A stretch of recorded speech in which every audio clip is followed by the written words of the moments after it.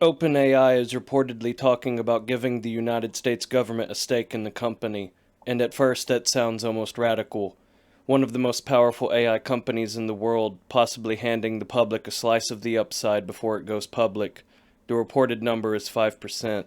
Depending on OpenAI's valuation, that could be worth tens of billions of dollars, and if the company eventually goes public at the kind of valuation people are talking about, the government stake could become even larger. But this is not just a story about OpenAI being generous. It is a story about political pressure, because AI companies have a public legitimacy problem. They are building systems trained on the internet, books, articles, code, conversations, on human work produced over decades.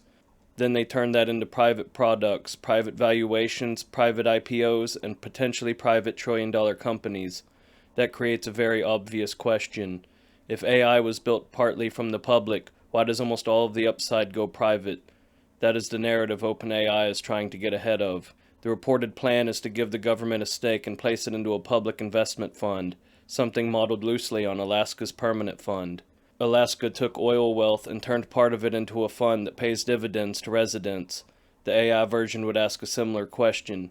If oil was a public resource and Alaska residents shared in the wealth, then what about AI? If AI is built on public knowledge, public data, public infrastructure, and public tolerance for disruption, should ordinary Americans get a cut? That is the pitch.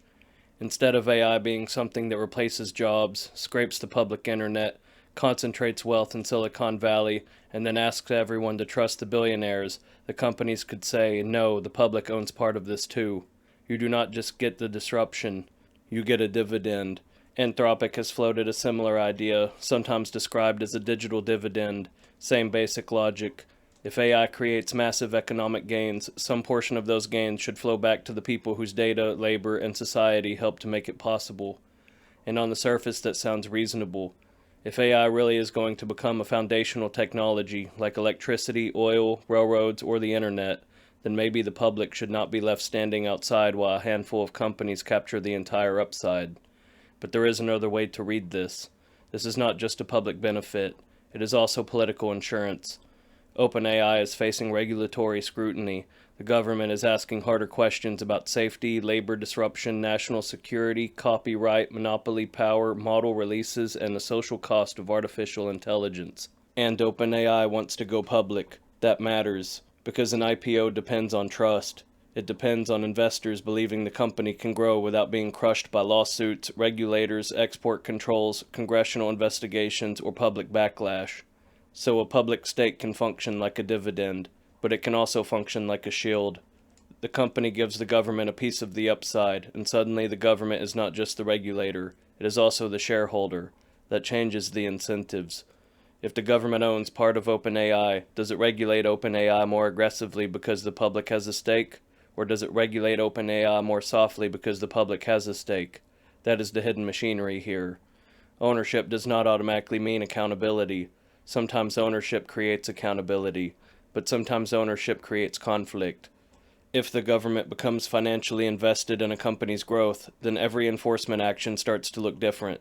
Every safety rule, every antitrust case, every copyright fight, every labor regulation, every decision about whether to slow a model release. Because now the government may be asking two questions at the same time. Is this safe for the public, and is this bad for the fund? Those are not always the same question. That does not mean the idea is fake. A public AI dividend could be better than doing nothing. It could create a way for ordinary people to benefit from a technology that may reshape the economy around them. It could answer part of the criticism that AI companies are extracting from the public while giving very little back. But it does not answer the whole problem. A check is not control. A dividend is not democracy. And a 5% stake does not tell us who decides how these systems are trained, deployed, priced, audited, or restricted. That is the difference between sharing profits and sharing power. The Alaska comparison is useful, but it is also limited. Oil is extracted from land. AI is extracted from something messier.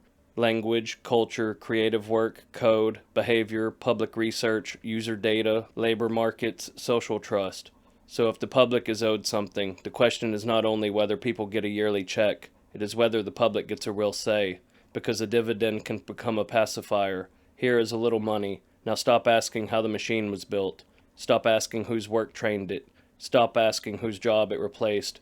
Stop asking why the biggest AI companies are becoming infrastructure, media companies, weapon contractors, office software, search engines, tutors, agents, and economic gatekeepers all at once. That is the danger. The public gets a small slice of the upside while the structure of power stays exactly where it is. And that is why this proposal matters. Not because it is automatically bad, not because public ownership is impossible, but because AI companies are starting to understand that the next phase of the industry is not only technical, it is political. The question is no longer just who builds the smartest model, it is who owns the economy around it, who absorbs the damage, who gets paid, who gets regulated, and who gets to say no. OpenAI offering the government a stake may sound like a public finally getting a seat at the table, but the real question is what kind of seat it is. Is it a seat with power, or is it a seat in the audience holding a dividend check watching the people on stage decide the future?